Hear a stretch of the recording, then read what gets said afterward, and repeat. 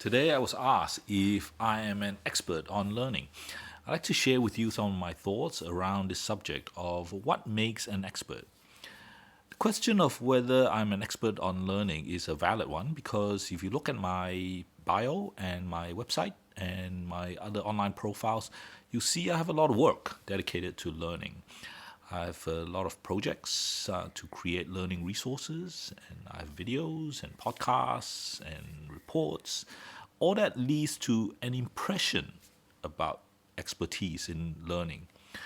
To me, though, I very much hope and try to work towards encouraging people to not identify or follow experts in when it comes to learning, especially your own. To me, an expert is somebody who has deep knowledge, and you can't have deep knowledge over a broad topic like learning.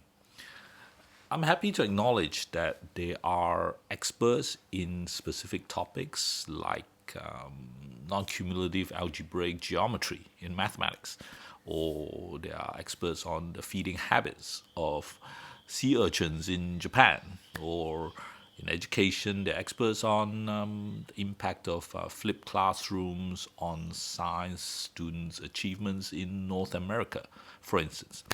To me, these experts are people who devote a significant amount of time to understand and help us understand a topic deeply. That is an expert. To me, there are no experts on learning, just as there are no experts on science or religion or joy and happiness or gratitude or kindness, evil. There are no experts on the COVID phenomenon. There are no experts on parenting. These are very broad topics. And in those topics, there are just a lot of people doing a lot of different stuff. Some people, though, and especially leaders and spokespeople, come off sounding like they're an expert on these broad topics because they have experts working underneath them or experts that they tap into to enable them to present little snippets of expert knowledge about a variety of topics within that large area. It doesn't make them an expert in any one of those topics, though. If I'm trying to learn deeply about a certain topic, I would rather speak to experts who did the work than the leader or spokesperson who is speaking on the expert's behalf. To me, most self-proclaimed experts that are in the media or on social media are spokespeople. I would encourage people to challenge and get over our tendencies to look at these things that spokespeople are very good at. For instance, being entertaining or being flashy. Experts are usually low-key and doesn't look for attention because it takes too much energy to get attention and maintain attention, and it's energy that they need to do the expert work and gather the expert knowledge.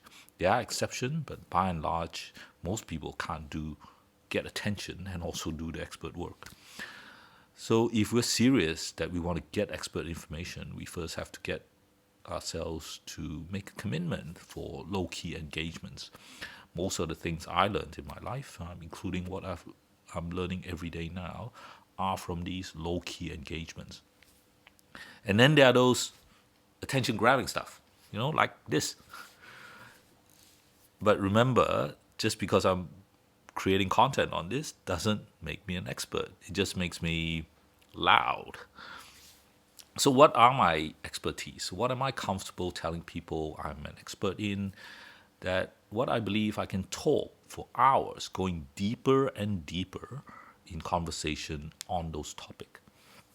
So, for instance, what I'm doing now, I believe I'm an expert on scripting and creating multiple videos a day using my iPhone, this one that I'm on, to post on TikTok and YouTube and promoting engagements on those videos.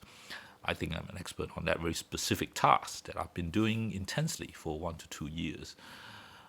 I'm an expert on that, though, only until TikTok and YouTube changes their platform, or I change my phone, then everything goes out the window. I'm also only an expert on that particular task that does not translate to, for instance, Instagram, where on Instagram I'm learning a whole new set of things and about making videos and promoting engagement.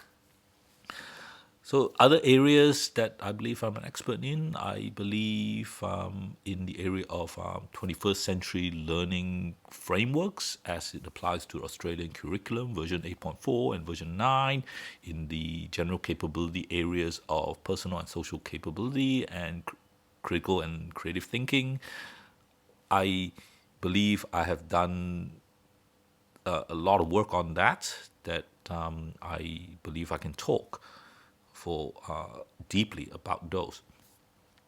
Then in my other work, in aged care, I believe I can say that I'm an expert in service procedures and interventions in cases of complex family dynamics in Australian families, with where members of the family are in aged care. So I believe I've dealt with that so many times over the last 2 decades that I'm comfortable talking about that deeply. As for the rest of the stuff, is all this attention grabbing stuff, like on social media videos about joy and about engagement and change and kindness and reflection and balance. Now, those are important topics. But I'm just talking, from my experience and hoping to influence other people like you to talk about them too. I am comfortable in these topics to call myself a guide, a facilitator, a promoter, an influencer, or a mentor and a teacher if you are less experienced than me. I'm not an expert in these topics. I will sound like an expert though. That happens when you hear somebody like me talk over many videos. Our brain seems to associate this long, consistent rambling on a related topic with the notion that we can trust this person to talk about that topic. It is a fallacy of the way our brain thinks, though. I can't stop you feeling that, but I ask you to think critically and assess who can actually speak expertly about the topics that you listen to. So, to summarize, I think my main point is that I don't believe that there are any experts on your learning or your happiness or your life. There are experts with specific knowledge that can influence you, that you should listen to, but your learning and your joy and your life, those are things you own and you self direct. So now, tell me what you think. Tell me how you determine when somebody is an expert. I really love to hear that.